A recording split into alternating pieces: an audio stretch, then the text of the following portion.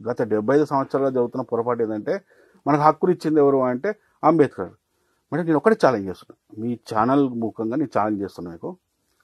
అంబేద్కర్ గారు సొంతంగా రాజ్యాంగంలో సొంతంగా రాసిన ఒక్క ఆర్టికల్ చూపించండి, వన్ ఆర్టికల్. మరి క్రెడిట్ అంతా ఆయనకి ఎట్లా వచ్చింది సార్? మరి ఇప్పుడు ప్రాబ్లం ఏంటంటే అమ్మా, మనకు చిన్న చిన్న ఎగ్జాంపుల్ చెప్తాడండి.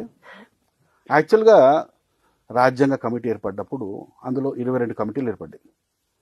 22 కమిటీలకు ముందు ఈ రాజ్యాంగ కమిటీకి అధ్యక్షుడు ఎవరు? బాస్, అందరికంటే బిగ్ బాస్ రాజేంద్ర ప్రసాద్ గారు.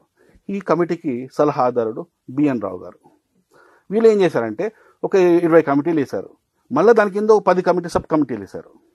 ఈ కమిటీలందరికీ ఒక్కొక్క కమిటీకి ఒక చైర్మన్ ఇచ్చి అందరికీ ఒక్కొక్క కమిటీలో ఒక 20 మంది 10 మంది ఉండేటట్టు చేశారు.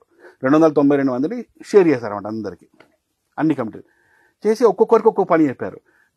ఒక కమిటీకి ఏమో ఈ దేశ రాజ్యాంగం ఎలా సార్, ఈ దేశ జాతీయ పతాకం ఎలా ఉండాలి, పార్లమెంట్ వ్యవస్థ ఎలా ఉండాలని ఒక కమిటీ.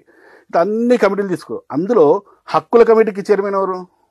అంబేద్కర్ కాదండి, సర్దార్ వల్లభాయ్ పటేల్. సర్దార్ వల్లభాయ్ పటేల్ గారు ఆయన టీంతోని ఈ ప్రపంచంలో ఉన్న అన్ని హక్కుల గురించి, ప్రజాస్వామ్యంలో ఉన్న హక్కుల గురించి చదువుకొని వాటిని రాశారు ఆయన. అంబేద్కర్ రాయలేదు. కానీ ఇక్కడ ఏమంటారంటే ఇవాళ నువ్వు మాట్లాడుతున్న హమారా ప్రసాద్, ఈ హక్కు నీకు ఎవరిచ్చారో తెలుసా? అంబేద్కర్. అరే ఇచ్చిన అంబేద్కర్ గారు, సర్దార్ వల్లభాయ్ పటేల్ రా నాయన. ఇది మనము అది చదివితే తెలుస్తుంది. ఇది ప్రచారము, ఇది ఒరిజినాలిటీ. ఈ ఒరిజినాలిటీ మనం 75 సంవత్సరాలుగా మనం దాచేసారు మనకి. ఇప్పుడు అంబేద్కర్ ఏ కమిటీకి చైర్మన్?